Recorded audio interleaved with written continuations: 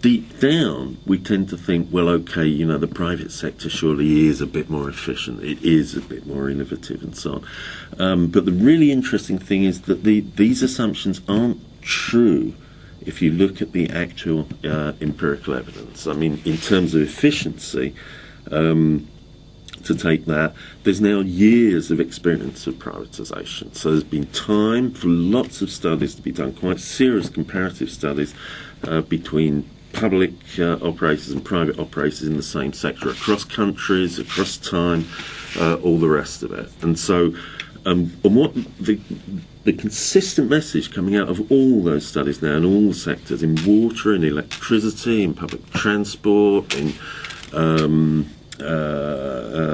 prisons, in auditing, the whole lot, is there's no significant difference in efficiency. Productivity growth in the private sector is, on overall, no better, no worse than the public sector. And that's really quite astonishing, because it undermines a very fundamental assumption, as I say, both of advocates of privatisation and, I think, if we're honest, critics of privatisation. We tend to think, well, it must be more efficient. But it's very, very important that the reality is different, because that undermines the single strongest and most important supposed argument for privatisation, and it isn't true. The private sector doesn't deliver higher efficiency. Innovation's another thing. You think, okay, the private sector's always out there inventing new things to make money because they're driven by this great sort of creative money-making urge, and surely, okay, they must be more innovative. But then, if you look at sort of big life-changing inventions, big inventions that literally sort of change the world, and start listing them out, you think, hang on a minute, where did that...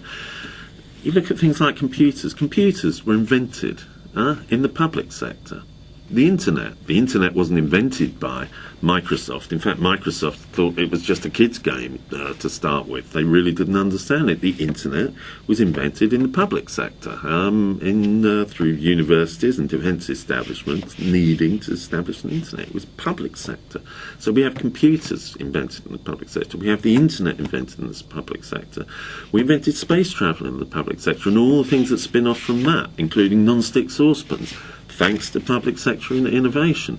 Penicillin, probably the biggest single sort of medical advance of the 20th century, invented in public sector research laboratories. So it's not, when you look at kind of big stuff, it's not even true that the public sector isn't innovative. It really generates as much new groundbreaking contributions as anybody in the private sector.